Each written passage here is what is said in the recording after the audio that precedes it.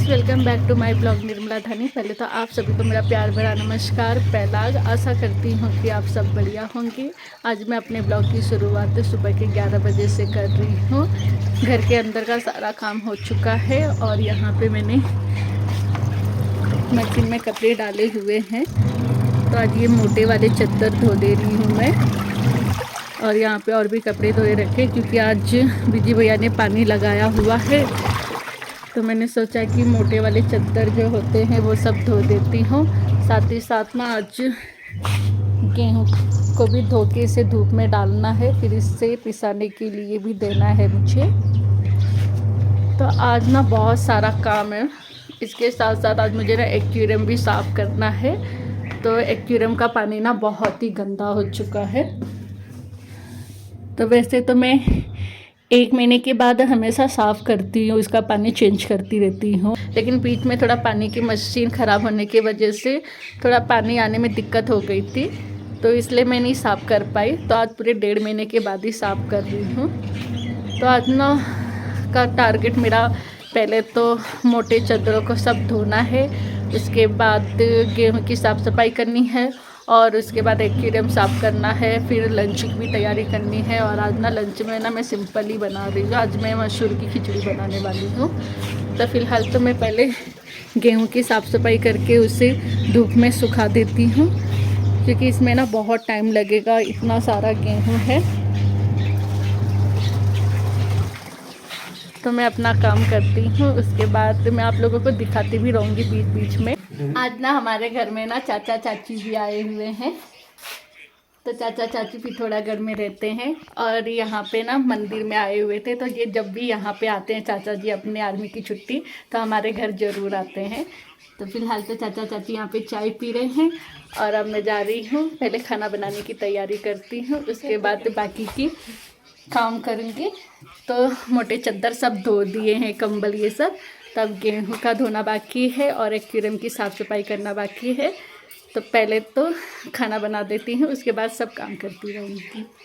So finally मेरा खाना बन गया है और आज मैंने लंच में करी बनाई है और राइस बनाया हुआ है। तो पहले तो मेरा प्रोग्राम था खिचड़ी बनाने का, तब चाचा चाची आ गए हैं तो मैंने बोला कि अभी खिचड़ी क्या खिलाऊं उनको। तो मैंने उनसे बोला था कि आप क्या खाएंगे करके। तो उन्होंने उल्टा मुझसे पूछा कि तुम्हारा क्या प्रोग्राम था खाने का। तो मैंने उन्हें बताया था हमारा तो खिचड़ी था। तो उन्होंने बोला कि हम भी खिचड़ी खाएंगे। तो मैंने बोला खिचड़ी आपको चाची अपने घर में खिला देंगे, तो मैं आप लोगों को ना करी खिलाती हूँ, करी और राइस खिलाती हूँ। तो आज मैंने करी राइस बनाया हुआ है और चाची जी का उपवास है तो वो तो खाने वाले नहीं है करी और राइस। तो यहाँ पे मैंने चाची के लिए आलू और शेंगदाना को घी में फ्राई करके बनाया हुआ है और साथ ही साथ उनके लिए मीठी मसाले वाली छाछ भी बनाई है। तो मैं चाचा चाची के लिए खाना परोसती हूँ और आप लोगों को मिलती हूँ थोड़ी देर में। चाचा चाची खाना खाकर थोड़ी देर बैठे, उसके बाद चले गए अब अपने घर के लिए। और अब हमने भी अपना लंच ख़त्म कर दिया है, तो मैं अब अपना बाकी का काम जो भी पेंडिंग था उसे अभी फिनिश कर लेती हूँ।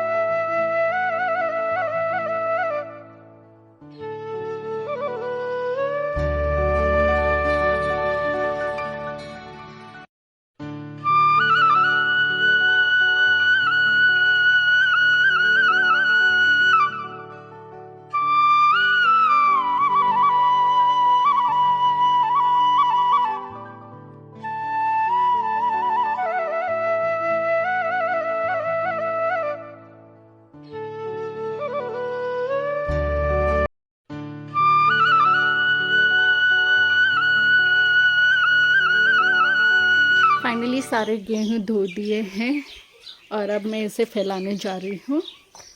तो वैसे तो धूप चली गई है, मतलब होने के लिए तो है धूप, लेकिन ना यहाँ पे इतने बड़े पेड़ है ना, तो उसकी वजह से ना यहाँ पे ना पूरा छाँव हो जा रहा है, धूप नहीं आ पा रही है।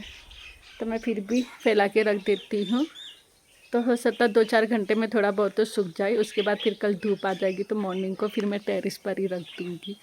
तो अभी तो मैं यहाँ पे गेहूँ को फैलाने का काम कर देती हूँ।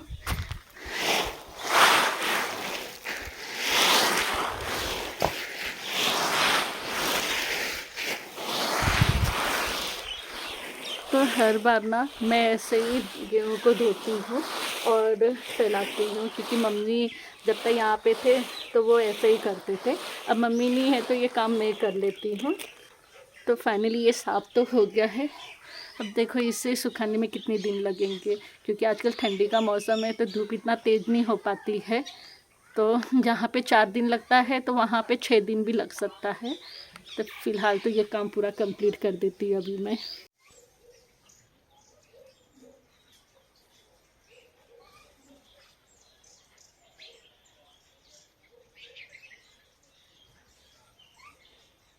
बाकी तो सब काम हो चुका है, बट एक्वेरियम की साफ़ सफाई आज नहीं हो पाई। अब उसका काम कल ही होगा, क्योंकि हमारे घर के ऊपर जिनका घर है उनका पानी अभी तक भरा नहीं है।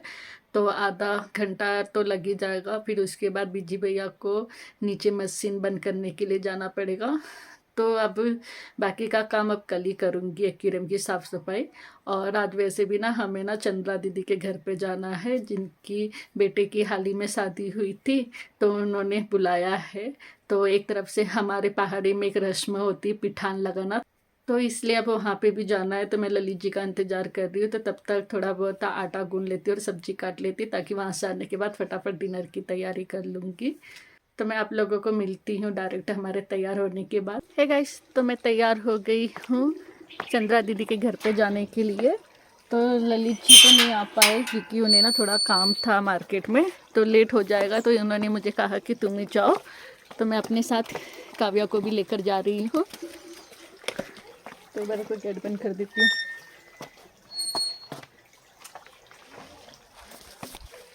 और यहाँ पे मैंने दूल्हा और दुल्हन दोनों के लिए नेक भी ले लिया है।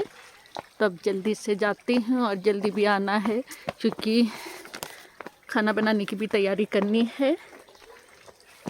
तो गेहूँ भी जो सुखाए थे उन्हें फिर से एक बार समेटना है, और ऊपर छत से कपड़े भी उठाना है। तो वैसे काम है ही अभी, तो एक बार वहाँ पे जल्दी जाके आती हूँ। तो फाइनली मैं पहुँच गई हूँ चंद्रा दीदी के घर पर, दूल्हा दुल्हन को आशीर्वाद देने, उन्हें नेक देने।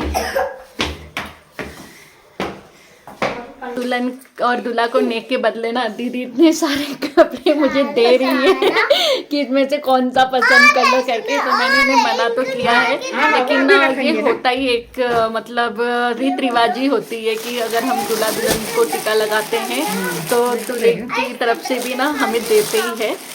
और चंद्रा दीदी ने ना मम्मी के लिए यहाँ पे साड़ी भी पसंद कर दी है, उनके लिए निकाल दिया है, क्योंकि हमारी सासू माँ है वो, क्योंकि वो कह रहे कि हमारी एक ही यही सासू माँ है करके, बाकी तो इनकी जो सास है वो तब नहीं है करके।